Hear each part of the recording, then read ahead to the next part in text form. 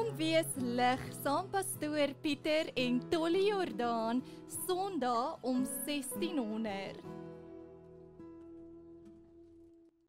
Goeiedag, andermaal weer vir my voorreg om hier in die Weesligkantoor te groet. 1 Samuel 3 praat oor die roeping van Samuel. Ja, ons het nou onlangs by die kerkraad ons strategiese beplanningssessies gehad en ons moes besluit waarheen ons as gemeente op pad is. Dinge wat ons doen, wat werk, ons sterkpunte. Dinge wat nie so goed gewerk het nie, wat ons aan ons aksieplanne gehad het, wat aan nodige aandag gegee moet word. Watter geleenthede is daar waarop ons kan fokus om werklik 'n verskil te maak? En nou hoor ons, soos ons in die kerk aangaan, dat daar 'n konsepvisie aan die gemeente voorgehou gaan word. Ja, daar was 'n visie. Die visie het nie verander nie, maar die missie moes aangepas word. 'n Nuwe missie op papier gaan nie van ons 'n nuwe gemeente maak nie. Dit gaan ons nie outomaties die gemeente maak wat God hier wil hê nie. Maar tog weet ek ook, as jy nie weet waarheen jy op pad is nie, is jy nêrens heen op pad nie. Jy moet 'n droom hê, 'n ideaal, 'n visie. Dis hoekom ons moet vra, waarheen is ons op koers? Waarheen gaan ons? Watter verskil gaan ons maak in hierdie wêreld, daar by my werk, daar by my huis, daar by my buurt waar ek woon? Kan ek werklik 'n verskil maak? Ja, die kinders op klasmaats, die ouens op koshuis. Wat is hulle doel in hierdie lewe? Wat hoor ek net wat sê die Bybel vanoggend vir Samuel hier in die laaste 2 verse van hoofstuk 3. Samuel het groot geword, die Here was by hom en het nie een van Samuel se woorde onvervuld gelaat nie. Die hele Israel van noord tot suid het gemerk dat Samuel betroubaar was as 'n profeet van die Here. Ja, Samuel moes tyd met God spandeer. Hy kon nie op sy eie maar net besluit om te sê, ons gaan nou noord, terwyl God wil hê, bly waar jy is nie. Vir hom was dit dalk makliker, omdat al die volke almal bymekaar was.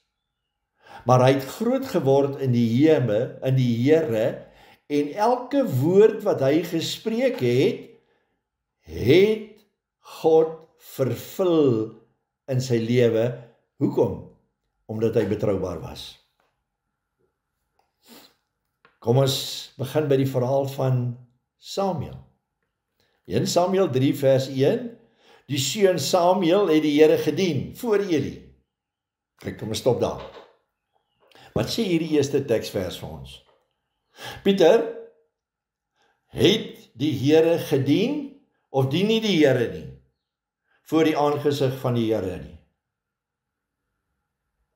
Omdat Eli in daardie stadium al begin blind word het, sê die woord in vers 1, en die woord van die Here was skaars in die dae, gesigte was daar nie baie nie.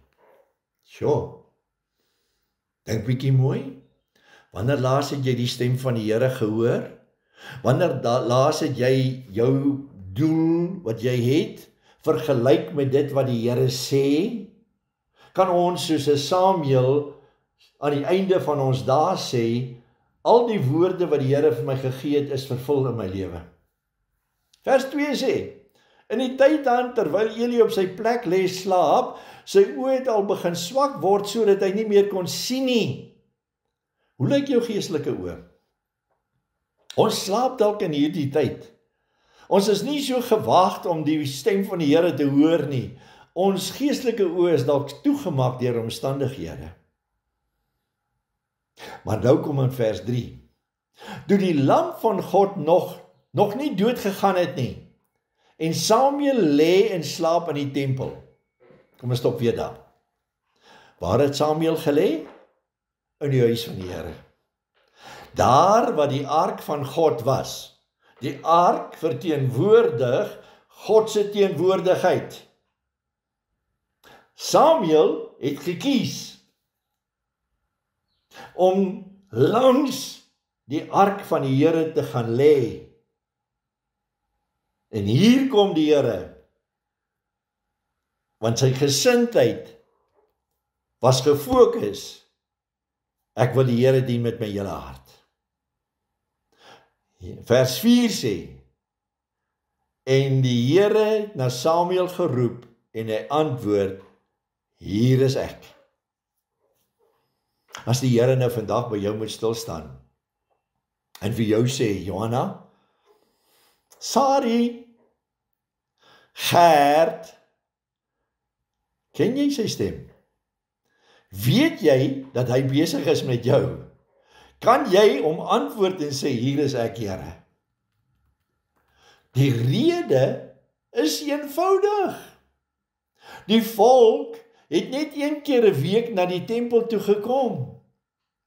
Baie jare het die stem van die Here dalk vir hulle dood gegaan. Wat gebeur met jou en my? Ons sit Sondag in die kerk. En dan hoor ons 'n woord.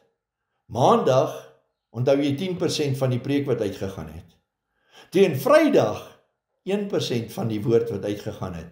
Omdat ons nie ons gesigte draai na wat God sê, en ons fokus by hom hou nie. Hulle noem hulle self gelowiges, maar eintlik leef hulle so ver van hom af, dat hy nie meer 'n faktor in hulle lewe is nie. Sy stem het stil geraak onder hulle, selfs in die kerk. Eli is die hoëpriester en hy werk elke dag vir die Here binne in die tempel, maar selfs hy het blind geraak en doof geword vir die stem van die Here.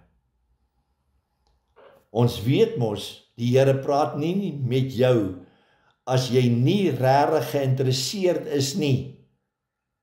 Dis erg, maar selfs die hoëpriester is nie regtig geïnteresseerd in wat die Here sê nie, daarom het die stem stil geword.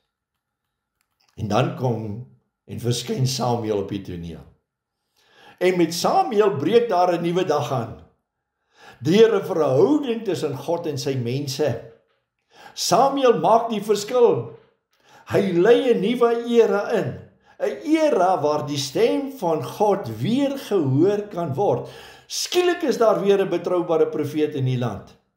Iemand met wie die Here praat, wat die wil van die Here ken, en wat vir die mense kan leer, hulle rig en sê ons gaan op hierdie rigting. Die geestelike duisternis wat so lank soos die donker kombers oor die land gehang het, is nou weggeskuif, want die lig van God het begin deurbreek. Ja, Samuel is daar die klein seentjie as leerling priester in die tempel van die Here ingetrek. Weet jy wat dis waarvoor hierdie konsepvisie gaan? Dis nie 'n droom dat ek en jy so naby aan die Here sal lewe, sal oorgee dat hy in die lig sal wees in ons donker wêreld nie. Maar dat jy so in die voetspore van Jesus sal lewe, dat jy 'n nuwe era sal inlei by jou kantoor, daar by die skool, by die koshuis, in die plek waar jy woon. Hier kan jy regtig 'n verskil maak. Wat maak van Samuel so 'n besondere mens? Jy onthou hoe sy ma hom van die Here afgebid het toe sy lank kinderloos was, en hoe ongelooflik bly sy was oor klein Samuel, en hoe sy hom as 'n klein seentjie by die tempel afgegee het. Baie kommentare sê hy was so plus minus 3 jaar oud. Maar eintlik is dit al daardie inligting irrelevant, want jy van Samuel moet weet, staan hier in die heel eerste vers. Hy het die Here toegewyd gedien. Hy het nie op twee gedagtes gehinker nie. Hy het een stem geken, en dis die stem van die Here. Eli was blind. Ja, klein Samuel moes van hierdie take oorvat. Die werk van die priester moes sorg dat die heilige lampe nooit uitgaan nie, 24 uur lank. En Eli se oplossing was om Samuel in die tempel te laat slaap. Hy moes die lampe oppas. En die ander heilige voorwerpe soos die ark waar die Here homself vroeër geopenbaar het, maar wat dit was so lank terug dat Eli nie lus was om self meer daar te wag nie. Samuel het toegewyd as 'n deurwagter die tempel saans toegesluit en bedags die tempelgangers verwelkom. Samuel het fliks gewerk, maar belangrik nog, hy het die Here gedien daar in die tempel. Wat 'n geweldige kontras teken die Bybel tussen hierdie jongman en die erns waarmee hy die Here dien en hoe die Here hom seën teenoor die ongeërgdheid van die blinde ou hoëpriester. Want soos die res van die volk eenvoudig by die Here verbygeleef het. Wat gebeur toe? Toe gebeur dit, onverwags in die middel van die nag. Iets waarna die hele land al vir dekades smag, maar wat niemand kon sien het nie. Samuel lê op die gewone plek in die tempel. En toe hoor hy in die middel van die nag, nie een keer nie, maar 3 maal. Dis eintlik so tragedies, dat Eli nie geweet het wat om te maak met Samuel se storie nie. Maar die 3de keer het Samuel darm geweet om nie weer op te spring en na Eli toe te hardloop nie. Nie na mens gerig nie, maar na God. Hy het net daar in die donker tempel neergevat en gebid. Hy sê, praat Here, praat. Is dit nie tyd geword dat ons so bietjie ons sal afsonder en vir die Here sal sê, Here, praat nie. Ek het u stem lanklaas gehoor nie. Hy wil met ons gemeenskap hê. Wanneer laas het jy werklik met hom gemeenskap gehad? Nie 'n monoloog van een kant jy praat en jy hoor nie, maar 'n dialoog. God het van Samuel die leerder priestertjie, Samuel die profeet gemaak. 'n Nuwe era het begin. 'n Nuwe tydperk het aangebreek, want God vir hom uit iemand gekies het, wie hy kon praat en wie sy groot opdragte kon gee. 'n liedjie kom nou by my op. Open the eyes of my heart, Lord. I want to see Jesus. Toe die dag aanbreek, het hy die moeilike boodskap aan Eli moes gaan oordra. 'n Nuwe profeet het toe eerder die koster geword. Daardie koster wat net deure oopsluit, het God gesê, ek het jou gekies, Samuel, om gehoorsaam te wees. Alledaagse goedjies is alright, is fine. Hoe kan hy hierdie boodskap vir Eli gee? Die Here gaan jou koninkryk van jou wegvat.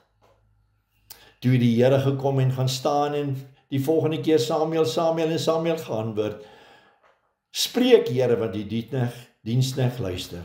Soms kry ons hierdie boodskap wat ons vir mense moet gaan gee, te sê jy's nie op die plek waar jy moet wees nie. Ja, Eli se 2 seuns was goddeloos. Vers 12 van 1 Samuel 3 sê, die dag sal ek aan Eli vervul alles wat ek oor sy huis gespreek het, van begin tot einde toe.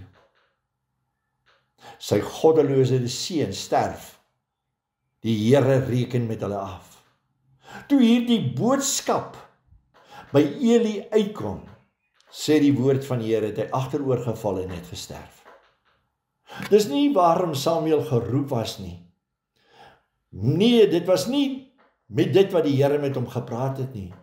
Hy wou stil bly en wegkruip en nie hierdie opsie van die profeet voor God bring nie. Ja, ons moet nie toelaat dat sonde skeidsmuur tussen ons en God word nie. Ons moet bely en laat staan. Ons moet tot inkeer kom. Ons moet ons roeping begin uitlewe. Dis waar hierdie verhaal van Samuel vir my diep in my hart tref. Is ons gereed? Ons staan aan die einde van hierdie jaar. Die ou era, wat het jy hierdie jaar vir die Here beteken en gedoen? God het iets niets vir jou in stoor. Hy het jou geroep om nie 'n verkleer mannetjie te wees en te verdwyn in jou omgewing nie.